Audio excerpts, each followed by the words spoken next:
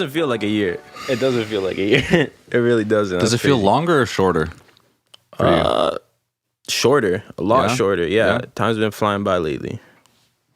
That just means I've been busy. Yeah, I'm busy doing shit. Time's been flying. It's crazy. Yeah, put a lot of work into your EP. Mm-hmm. I'm excited. I feel like as soon as that EP drops, minds are gonna wake up. People will know we're not playing here. We are not playing. When we do our sessions, we don't play. I've been saying that. Mm-hmm. I've been saying that every time I come here. I say that, but they'll know. You know. I know you know. You already know. You already know. So I don't gotta. I feel like there's no point in me trying to talk the talk. I'm just gonna drop it, and the music's gonna convince the people themselves. I really hope so, man. I think the landscape right now is like there's so many undiscovered, really talented artists. I've been saying that. This city, Vancouver, is crazy, man. Yeah. Shout out to all the people that are doing it. Shout out Jalen, 3030. Shout out Young LA. All these people. Shout out Diamond Swego. Shout out my boy Mal in Saskatoon, for sure. He's up. Oh, He's yeah, I up met him last week on FaceTime. Yes, on FaceTime. He's going to be up. That boy's working hard there. I know that. But there's about to be a few more, you know what I mean? Yes. Like, right, in the last little bit, Boslin's really been popping. Jamon popping. Putting this, making a name for Vancouver. Yes, sir. But I think when this project comes out, there's going to be another player in town, man. I'm excited. I'm here to work, bro. I'm here to work. I'm excited, man. I want to get my name out there. Yeah. Yes, sir. I want people to know the face behind the voice too. Yeah. The visuals. Mm-hmm. Yes, sir. Yeah, the visuals. Now you're working with, you've got a manager, like some sort of management. Yes. Now for up and coming artists that are putting songs out, recording themselves, maybe putting music on SoundCloud, looking to get to that next level, looking to develop a team around them. Talk me through that. Talk me through what it's like for you and what it was like getting to that place. Well, first of all, it's important to whoever you're working with. I feel like ever since day one, I'm grateful because the person that is managing me, I have a relationship that goes back before any of the management shit started. I've known him since I was young, and he's been a friend of mine since we were young. And I trust them with everything, and it's vice versa. It's the same way. So the first thing is, no matter who you're working with, make sure that you have a relationship with them that's on another level more than just artist and manager. There's got to be some sort of... It can't just be business. It can't just be business, And at the end of the day, it took me a while to realize it, but team, you work better as a team. You get more shit done as a team. And there's always two minds working at once. So I just feel like it was the most productive way for me to go about it now. And he's done a great job. Mm-hmm. He's done an amazing job. And we haven't even started yet. We barely even started yet. And I already trust him with everything. Mm-hmm. But I know as soon as this ball gets rolling, it's straight the fuck up. And I'm excited, man. We're both excited. Me and him both are excited. It's gonna be good. That's important. Hey, so you already knew that you worked well together, you had a friendship, and now both of you have kind of taken on specific roles and really focusing on your strengths, right? Like you've got someone to handle certain things for you, so you can focus more on just the music. Yeah, he keeps my mind straight too. He keeps me working, he keeps me focused, reminds me that we're in this to play. We're not in this for jokes. We're in it for the keeps. And I did the same stuff before with another manager that I tried, and it just didn't work for me. Yeah. Because I didn't feel like I had that relationship with him before. I barely knew him. And I was just like, all right, let's try it out. And it didn't work, but he really made me feel like, this is a move that I should definitely go with. And we both trust each other, and we both know it's only up from here. Taking off. I swear. It's good. It's good. It just feels natural. I see you coming through. You always seem inspired. You always seem like you've got fresh new material. There's never seems to be a shortage of new Juju coming along. Yeah. This is a really fascinating time, and it's great that you're capitalizing on it. You're not sleeping on it. There's obviously some wave, and you're here in the studio a lot. It's fantastic, and we're putting out a lot of stuff. Yes. I see comments on artist pages from other people, not comments I've left, but people commenting on, like, saying things like, "Oh, you're always working," or like, grinding, hustling. All these terms get thrown out a lot. But I think that I don't think about it that way. And I don't think that, tell me if I'm wrong, but for you, this doesn't seem to be work. This seems to be like you're truly in this. You're just passionate, and we're just having fun. Most like, definitely, yeah. It doesn't feel like a chore. Like, yeah, we do. I feel like every time I come here, we do this because this is something that we love to do. We enjoy it. We have fun. We come here and we have fun, and we make good shit. We make quality shit that we both like. We love to hear. Every time we play it back, I always get the shivers. And I'm excited, man. I'm excited for these people to hear it too, because I know they're gonna feel the same way. I'm confident in what we do here, that once we put this shit out, they are going to feel the same way. And I'm grateful, man. I'm grateful for this spot too, because it's hard to find something like this. It's very hard to find something like this, but we know when we come here, it's time to go to work, and always try to come with open mind.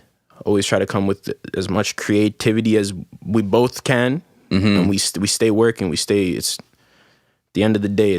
We're both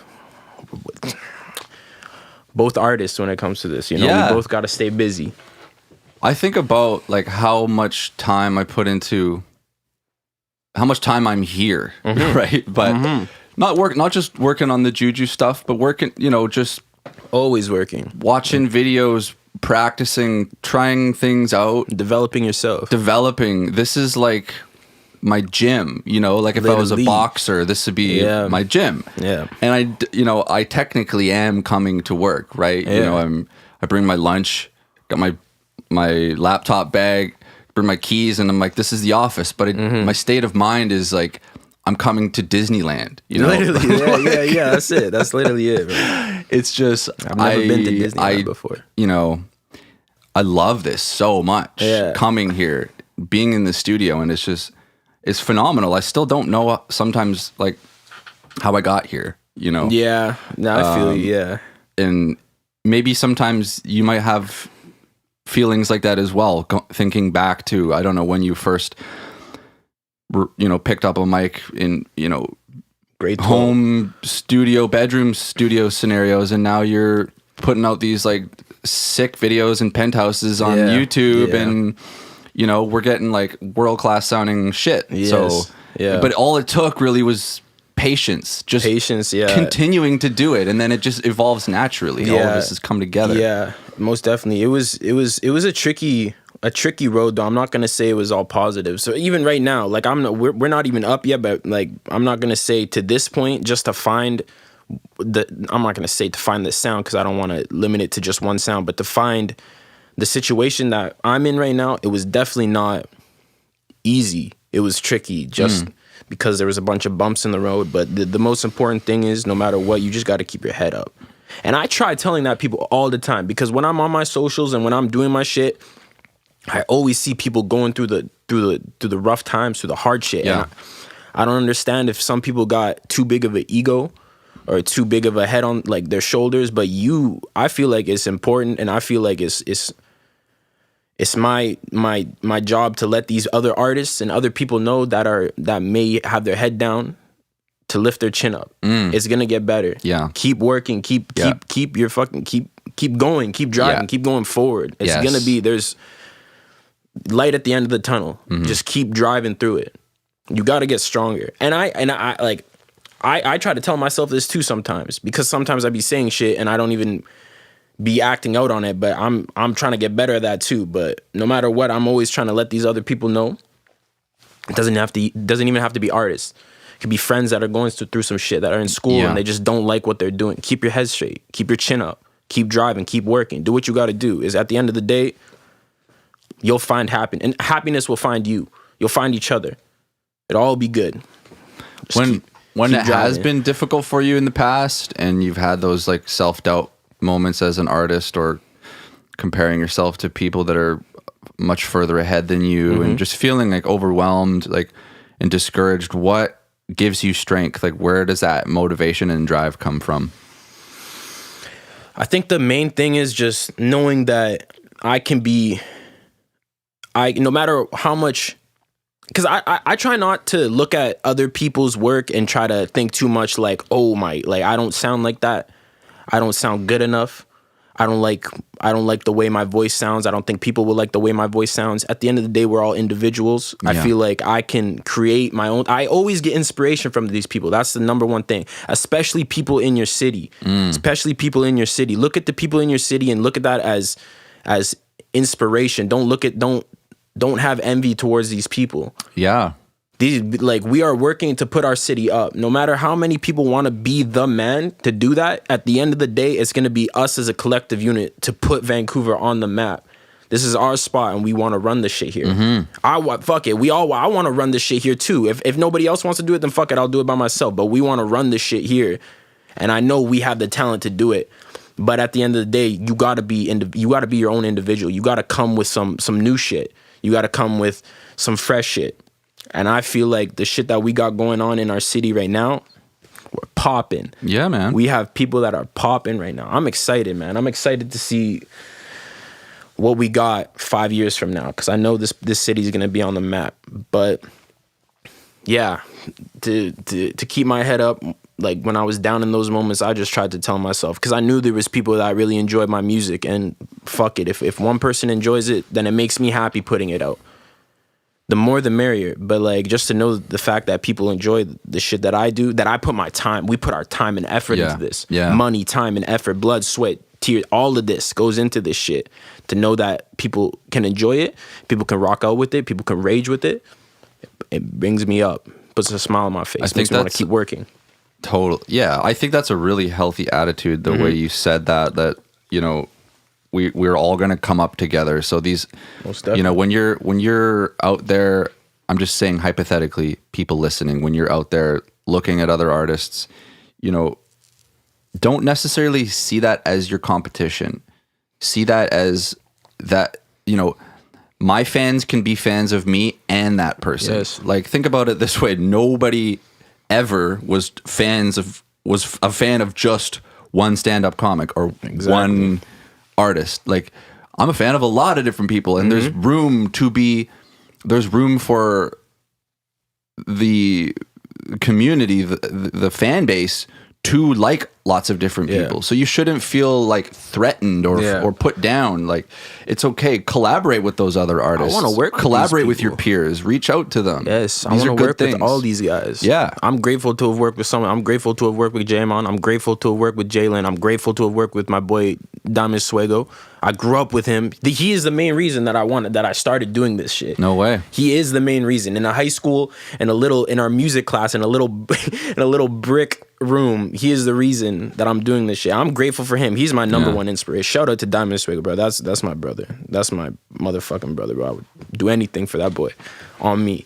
He knows too. I always make sure to let him know, but I'm trying to, my number one goal is I want to go up with him, man. He puts so much shit into his music. It's insane. It's one of those things where you like, the feeling that you can get when you listen to someone's song and you get the shivers and you're like, holy, you get this blast of euphoria and you're like, what the fuck? Every time he sends me a song, I always get that what the fuck. Amazing. I'm just sitting there and I feel like I'm just like fucking flabbergasted. I'm blown back. I'm like, holy shit, bro. This guy on the keys, he's insane. Everything he does, he's insane. I'm grateful to have worked with him. I'm blessed that I'm going to keep working with him too. Where is he based out of right now? He's in Coquitlam. He's in the same city. Oh, he is? Yeah. Okay. Yeah. And I know he's been working too. I know he's got a little project up his sleeve. I know it's gonna plan out nicely. Everything's gonna be laid out nicely, and I'm excited. People want to listen to his shit, even though people may not know. I guarantee you, once he starts dropping his shit and it starts coming out on all the platforms, and people get an ear for it, they are gonna want more of this boy because he is so fucking talented. He knows it too, but he's super humble. He's a super humble kid, but he knows that he's good. He knows that he's really good, and I just try to make sure that I try to feed him some. You know, I'm always pumping up his head a bit. You know, I'm always letting him know. I'm always letting him know that he's a legend in the making. But shout out him, man. That's my boy. And LA too, bro. That's my brother, but that is my brother too, man. Yeah, we miss you. It's been a minute. I haven't seen him in a bit. Yeah, bro. That's my boy too. We started some new stuff, and I'm still waiting to hear back from him right now on some. He told me he messaged you. One of you guys. I don't know who it was. He told me we recorded some new stuff. Yeah. Recently, he came through and did about 4 or 5 tracks, and we were going to pick one of them to mix for his next single. I'm still waiting to hear from him. He's I hope on he's the okay. Too, bro. I guess you talk to him pretty often, so that's my boy. Maybe I'll bug him again. Yeah, stay in his ear, man. Yeah. Keep him motivated. Yeah. I try to keep him motivated too. I always let him know he's good. I always know that he's gonna be popping one day too. I was really impressed, man, from we started 2 years ago man. to when I saw him last time. It's insane. I told him, I was like, I can tell you've been practicing. He goes to I'm telling you, man. I always look back to where I shouldn't that much, but I always look back to where we started to now, and it's crazy. The development, insane. It's crazy, man. It's a good feeling, isn't it? It is. It's very rewarding. It is very. Whatever your craft is, but no matter what you do, you know, hearing old, you know, demos you guys did to, you know, the stuff that's coming out now must be like light years. Mm-hmm. It feels like it. It literally feels like it's crazy. I'm curious about one thing. Mm-hmm. Your speaking voice is very different from your Juju voice. Yes.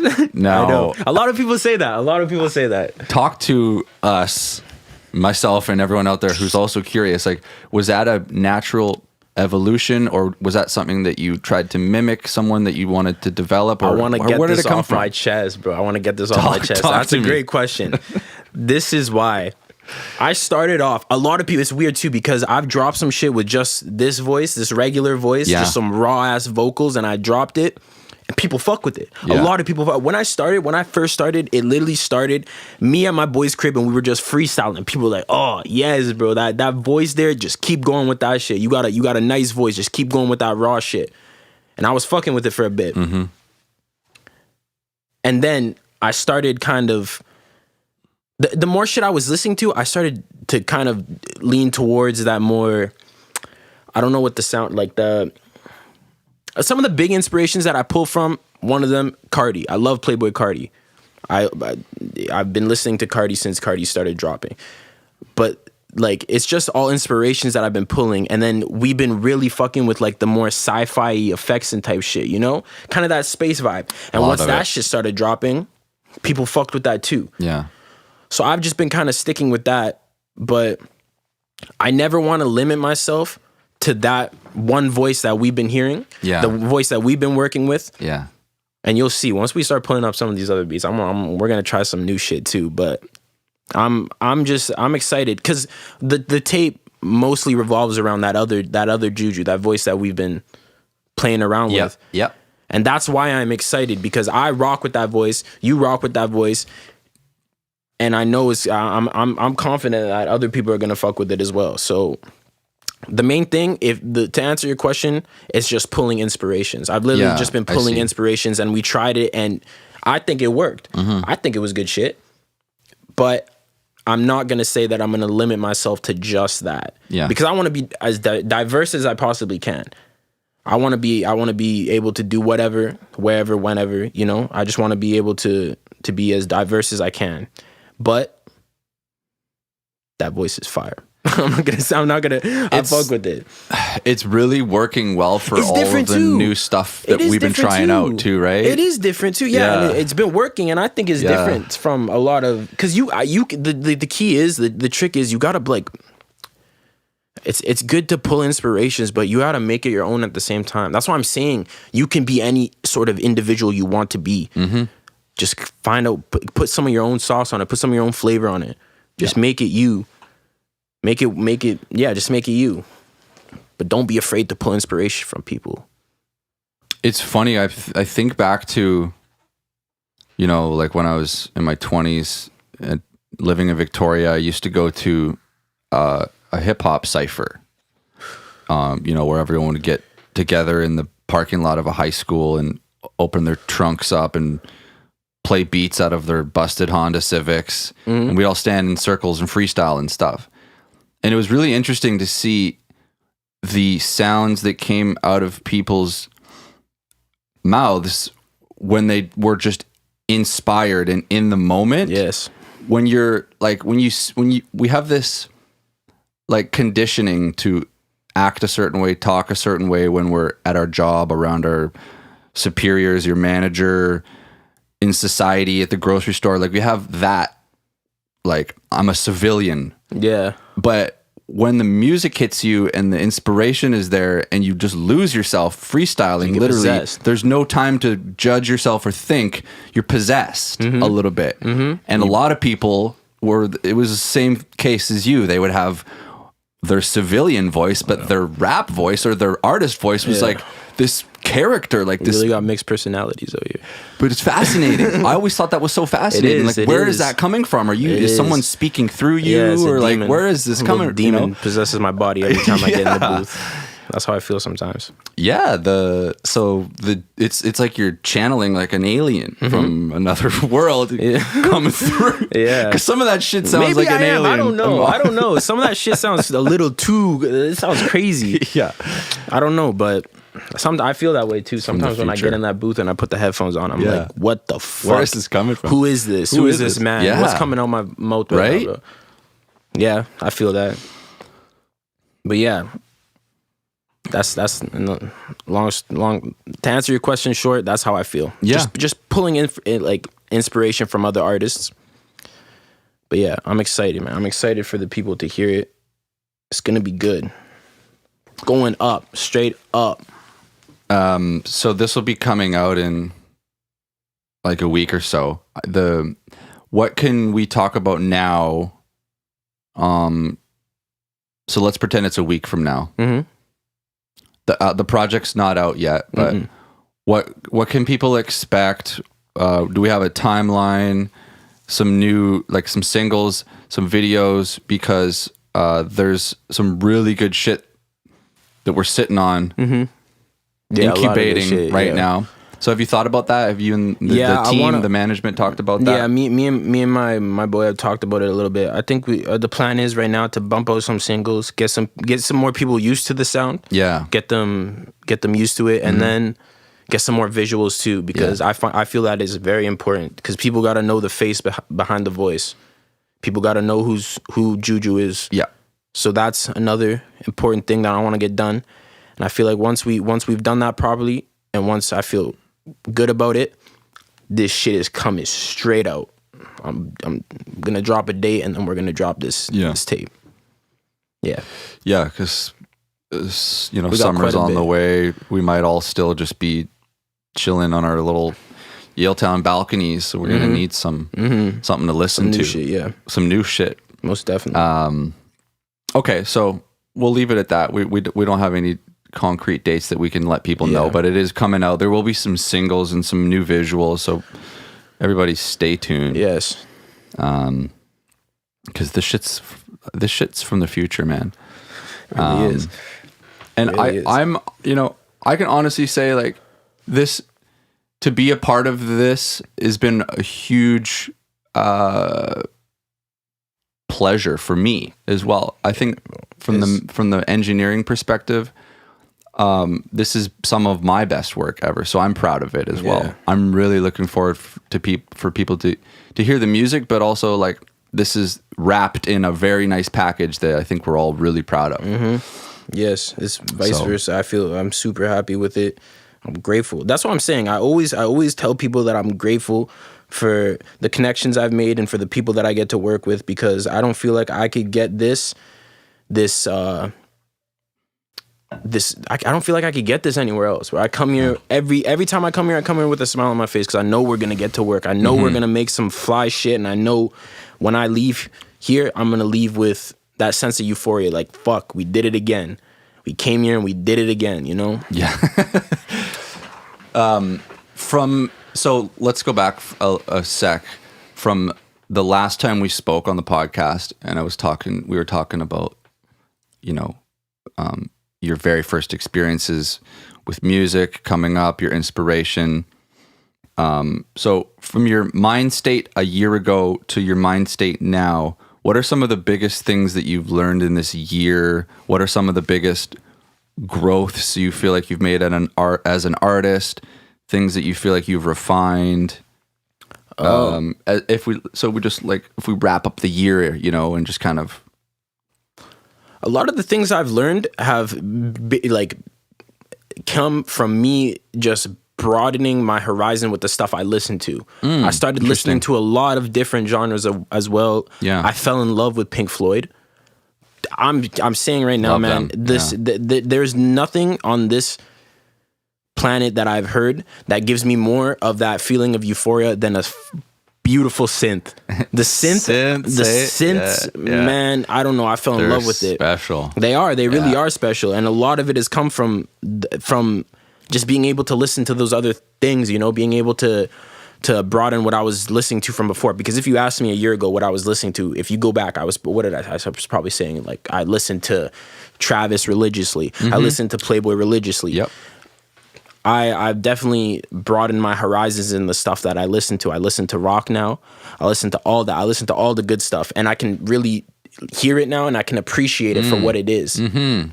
Some of these guys were on some crazy shit. Yeah. I listened to Pink Floyd. What the fuck? Yeah, dude. Some of these guys were on some crazy. They were on a whole nother level, man. Their brain is on another level. Unbelievable. Yeah. And the funny thing about that is, when I listen to that certain stuff, I always get. It's like I can make a connection with it. Like, I know what type of level these people were on. And I just want to take it back for a minute. When I listen to my boy I was talking about, Diamond Suego, I always can find something to relate to that. Like, it feels like he's on that same level too. That's why I praise this guy so much, and I always tell him, like, yo, you are a genius. Keep it going. Like, keep it fucking going. Yeah. He's another person too, because every time I listen to his stuff, I can always find, it's like I'm always hearing something new. It's always something new to my ear. And every time I listen to this, it's like I'm taking it in. My brain's taking it in. I'm like, okay. Like, all right, you know? How do I say this? I mean, first of all, I think it's fantastic that you're broadening your horizons. It's very important. I'm preaching more and more stuff, because if I think back to myself grew up on a diet of New York hip hop, like that's just the 90s classics. Like, that's what I listened to. And then I discovered, like you said, I went through a phase where I discovered Pink Floyd as well, and shit changed for me. And then I got into opened the door for me. All this other stuff, and to be able to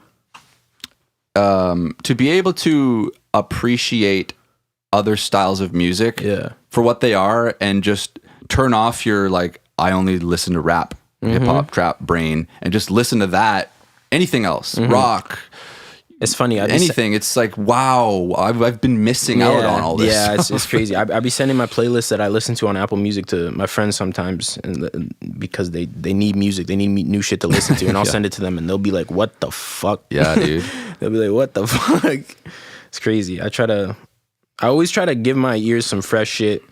I love listening to the old stuff. I love seeing what type of wave they were on back then. It's amazing to hear. It's crazy to see how the culture of everything has just developed and where it's at today. And I love taking bits and pieces from that old shit and applying it in some new shit. That's why I love that space vibe. I love it. I fell in love with it, and it's worked good. But I'm just trying to keep my brain, trying to keep going, keep trying some new shit too. That's an important thing you said, like, take pieces of it, right? Because I mean, imagine if you just had one style of music that you listen to.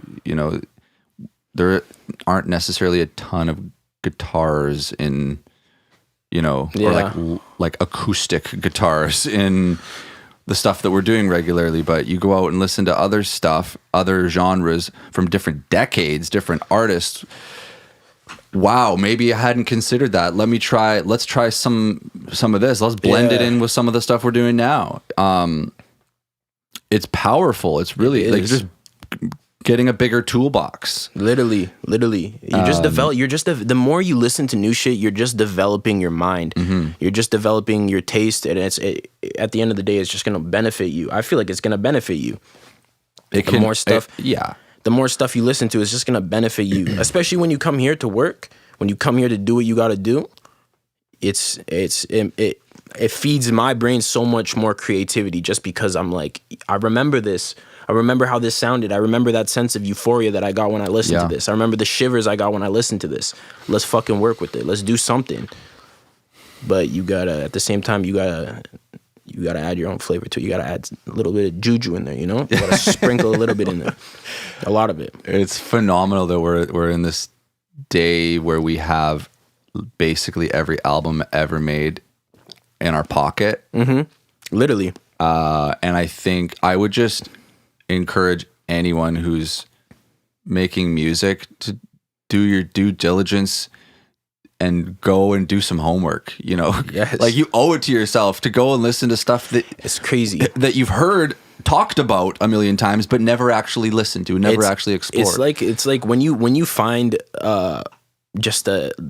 it's like finding like a diamond. You find some of these albums, these old albums that's may not be your particular genre that you tried to stick with, and you just listen from A to Z. Yeah. It's like finding a fucking treasure. Yeah. It's amazing. Yeah. It's like you finish that project and you're like, what the fuck? It's insane. I love it. I will spend nights on just listening to some new shit. Who else have you got into other than Pink Floyd? What are some other discoveries? I've listened to it, but you know what's one thing that I'd never listened to? Actually, you know what? No. My mom always played in the car. She always played Kanye, but she played like college dropout Kanye. Nice. The older Kanye, yeah. And I was always listening to that. Yeah. But some of the 2010 he dropped my beautiful dark twisted fantasies. That is one of my favorite albums. And I will listen to that on repeat. A lot of that shit is fucking beautiful to be able to listen. Yeah.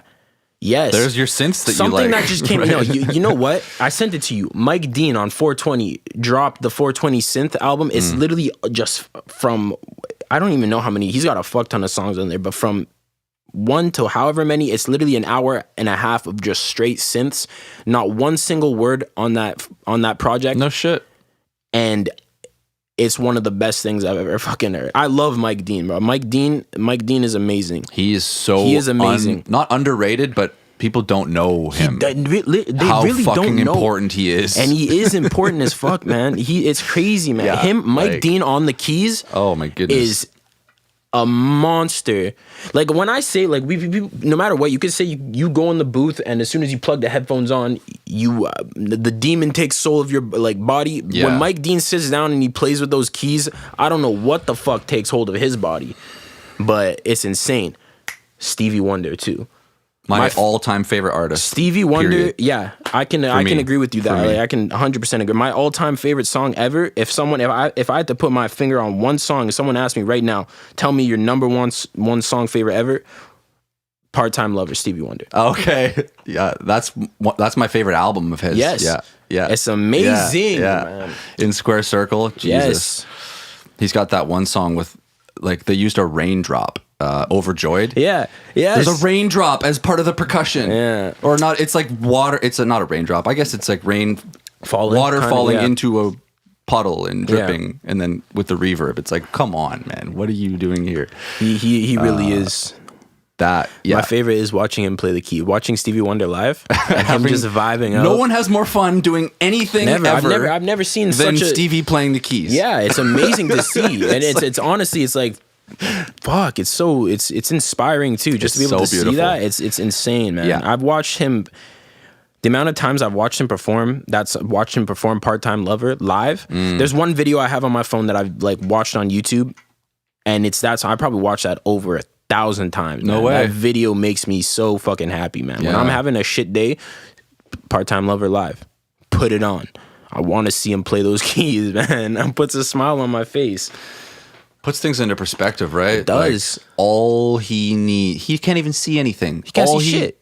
He's the happiest, most blissful in that moment, just doing his damn thing. Yes. I wonder how it feels. I always wondered how he feels. Because imagine being on that stage and you have thousands of people there to see you, watching you, and vibing to your shit. You can't even see it. Yeah. He's just taking everything he's taking in is through all of his senses other than his eyes, bro. This is the high.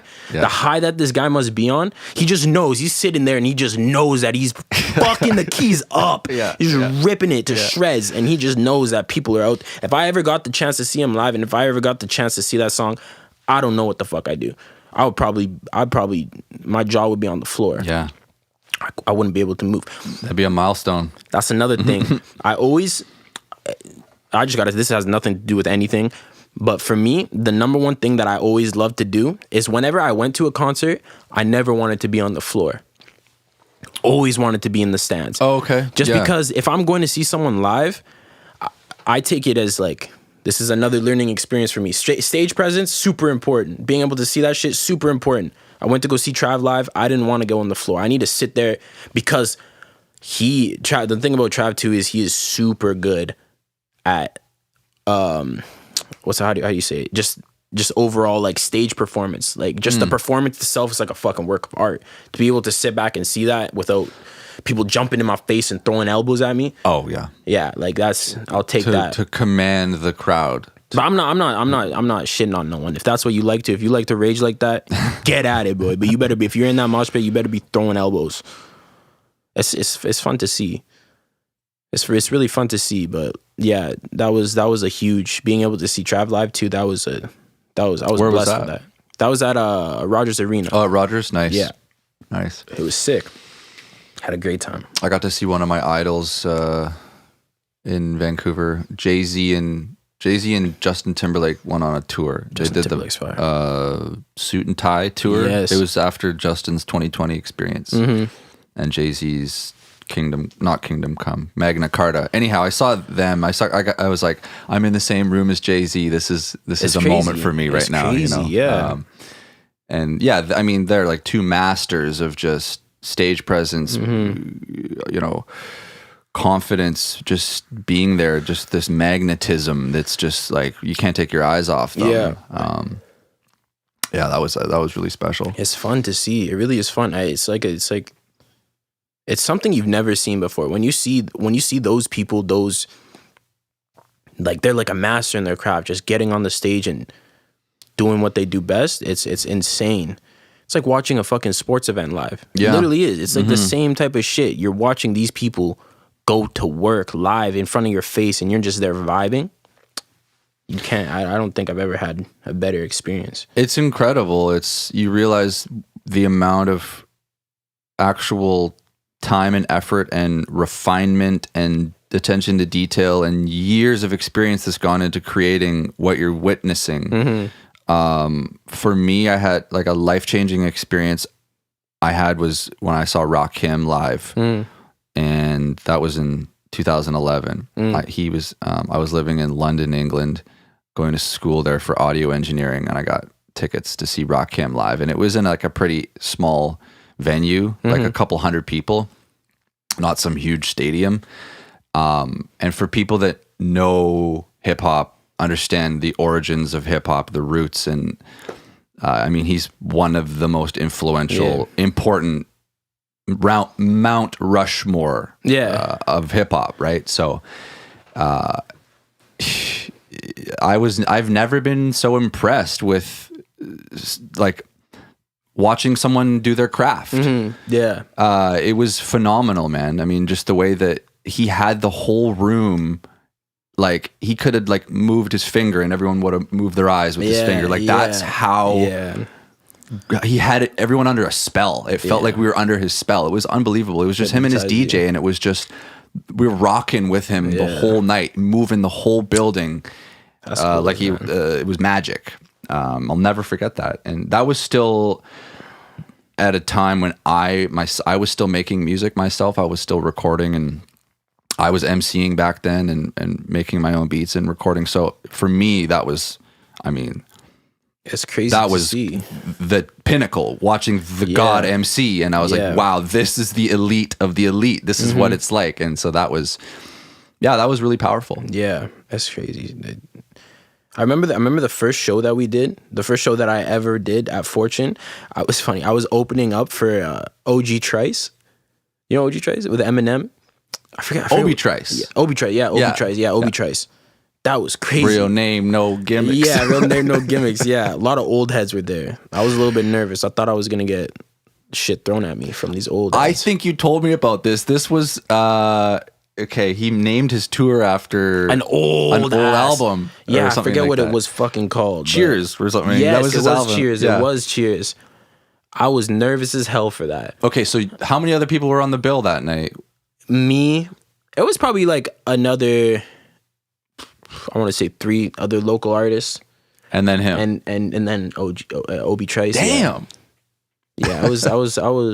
That was my first time ever performing in front of people at like a venue like that too. I was nervous as fuck for that one. I bet. Yeah, I thought I was gonna get like tomatoes thrown at me and shit.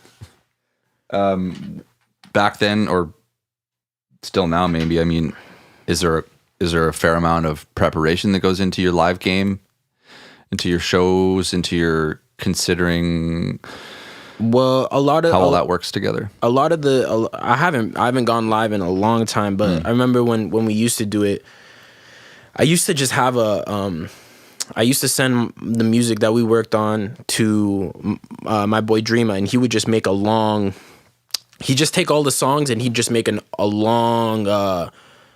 It was just like a long, like 20 something minutes of just each song together with a little transition in the middle. So he just hit the button and I just go in front of people and just do my thing. And then that was it. But with the other stuff, I've been thinking, like, with the other stuff that we've been working on lately, I definitely want to start switching shit up. I feel like it's important to switch shit up because it's a completely different vibe from what we were doing back then. This was like 2 years ago. Okay. Yeah, so it's definitely, it's gonna be different. But when the time comes, I know I want to make sure I get it right.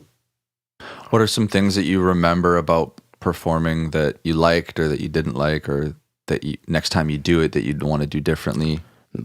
It's like another sense of but that I did like. It's just like another sense of euphoria kind of too. It's like you no matter how nervous you are. That was it. I always used to do live shit in front of people. I remember I had to do a fucking play in middle school. I was doing Grease in middle school at grade 7, and I was shitting my fucking pants before. Yeah. This was always a thing. No matter when I had to do a speech in front of the class, I was always nervous as fuck before. But as soon as the ball like starts rolling, nothing but in the moment. Then you're in the moment. I was just going to say that. Yeah. You are completely in the moment, and you're there, and you're just doing your thing, and you just gotta kill it. You I gotta guess know this is happening now. Okay, this here we is go. it. This is it. You're there. You best do it. And then the feeling after, when you walk off the stage and you got people there, and they're like, "Yes, you just shut the place down. Like, you just did this." Yeah, it's the best feeling. But one thing that I didn't like that I gotta work on is fucking like stamina, man. I remember by the third song for that set especially, I was gassed. I was ready to go to the side and grab a fucking inhaler and just shoot that shit right back. Like, my lungs looked like probably 2 craisins. I was sweating. Yeah. Shit, my clothes were coming off. Like, I was hot. It gets hot in that set. You could be just you, but you're jumping around on that bitch and you get hot. And there's all the other bodies in the room. Yeah, there's the lights. The lights are crazy. Like, it was crazy. I remember when I did the Grease play and that light came down in your face. It's like somebody just shot you in the face with a fucking flamethrower. It's hot as fuck. It's like one other thing that you have to deal with on top of the nervousness. It's like, okay, now I got this fucking light in my face. Sitting in a fucking sauna. And the heat. Just blaring down in your face. So yeah, the stamina thing, man, that's a lot of the people that I've had on the show, I like to ask them about that when they have performed, how they prepare and what it's like, keeping your stamina. because some people, might only be doing 15 minutes, but imagine if you're 15 minutes feels like an hour. Travis. That's what I'm saying, man. Future level, you're doing an hour and a half set. Yeah. Night in and night out. You're doing this night in and night out. You better be in shape. You gotta be in shape. Like, you gotta be doing something, bro. I need to get go to a swimming pool and start doing some laps or something. Get myself straight. It's a whole different way of how you deliver your voice as well. And obviously there's going to be backing tracks. There might be parts where he is actually lip syncing and there's something to fill it in. Like maybe he's only doing the verses and the hook is actually there, but he's lip syncing along with it. I'm sure I know a lot of like rock bands where there's on the album, there might be like 150 tracks, but on stage there's only 5 dudes. So how do they get all those other instruments in there? Well, there's layers, right? They print the layers and they're called backing tracks. So I'm sure there's that going on to a certain extent, but for the most part, I mean, we were just talking about it before. You want to have that stage presence. You can't look out of shape and lazy. You got to be fucking up there, front and center, looking like you're owning it to keep the audience's attention and look like you know what the fuck you're doing. It's funny. I remember that first. It was probably like the second time we went to Fortune. During the middle of the set, I started feeling that feeling. I was like, "Yo, I'm gassed now." And I looked to my right, and I saw one guy was holding up a water. He was like, "Yo, come get some water." And then there was another one in the back. He's like, "Yo, it was Jamon. Jamon was the one on the side." And I was like, "Yo, we're gonna perform Unlock in front of these people." And he's like, "Okay, pipe the fuck up." Like you could like these people. Like I could tell that like I was getting tired, and I had people on the side. They're like, "Yo, like pick it up. You're getting tired." I don't know what the fuck hit me, but as soon as that song started, we were in the crowd jumping. Like I don't know what the fuck took over me, but we were in that crowd jumping. I felt like after we did that song, I felt like I ran a fucking relay race. My heart was I was sweating, but like you just gotta. It's good to have some people there sometimes too, just to let you know like, yo, pick it up, drink some fucking water, something, bro. You need water. You need to have water on the stage. I hope so. Whether you're throwing it at people or you're just fucking drinking it, you got to have some sort of beverage. I mean, even if you're doing a TED Talk, you're probably going to want some water up on the stage, and they're just standing there. Or something. You want to not get too fucked up. Have some fun on stage. Drink, but not too many drinks. Yeah. You don't want to puke on these people. Or forget your lyrics, or just be so zooted, as the kids are saying these days, that you hear about that. Some artists like too high get dragged off the stage by the bouncer because they're just fucked up. Had to cancel the show, forgot the lyrics, whatever. Like it's crazy.